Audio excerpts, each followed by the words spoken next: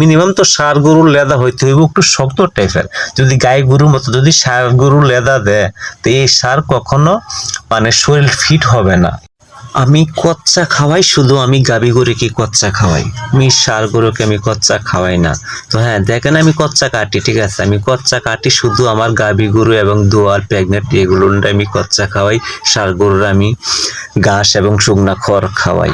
বিশেষ করে আমি গরুকে খাবার দিই 2 বেলা, সকাল 7টার দিকে আবার সন্ধ্যার দিকে, এই 2 টাইম আমি খাবার দিই। আর পানি খাওয়াই 3 টাইম, এই আর কি। যেহেতু কচ্চা থেকে কাম একটা বাড়াইতে হয়েছি, আমার যে মোবাইলটা ছিল আমি বন্ধের মধ্যে মোবাইলটা ফালাইতে হয়েছি, আমার মোবাইলটা আনতে মনে নাই আর কি, এই জন্য আমার কপালে একটু হাত দেওয়া আর কি।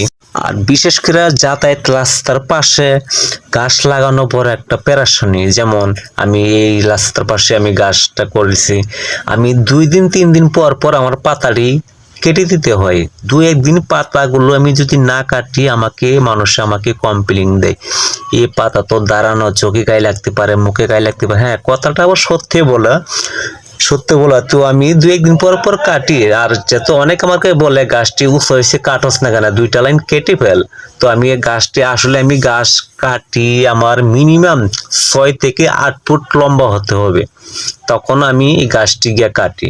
কিন্তু 4-5 ফুট গাছ এগুলো আমি কিনার সময় কাটি না, কারণ 4 ফুট গাছটা তো মানে দেখা গেল কি 4 ফুট গাছের মধ্যে 3 ফুট তো পাতাই থাকে অলরেডি, আর ডিমটা থাকে 1 ফুট। তো এই গাছটা তো কোনো আয় নাই। আর যেহেতু আমি ষাঁড় গরু পালি, ষাঁড় গরুর জন্য গাছটা মোটামুটি হালকা বাতি টাইপের হলে ভালো, আর গাভী গরুর জন্য একটু কড়া টাইপের হলে ভালো, বাতি এবং কড়া, ঠিক আছে। গাভী গরুর জন্য আমি মনে করি 4 ফুট উচ্চতা হলে গাছটি গাভী গরুর জন্য খুব একটা মানে দুধের, বিশেষ করে দুধের গাভীর জন্য আর কি।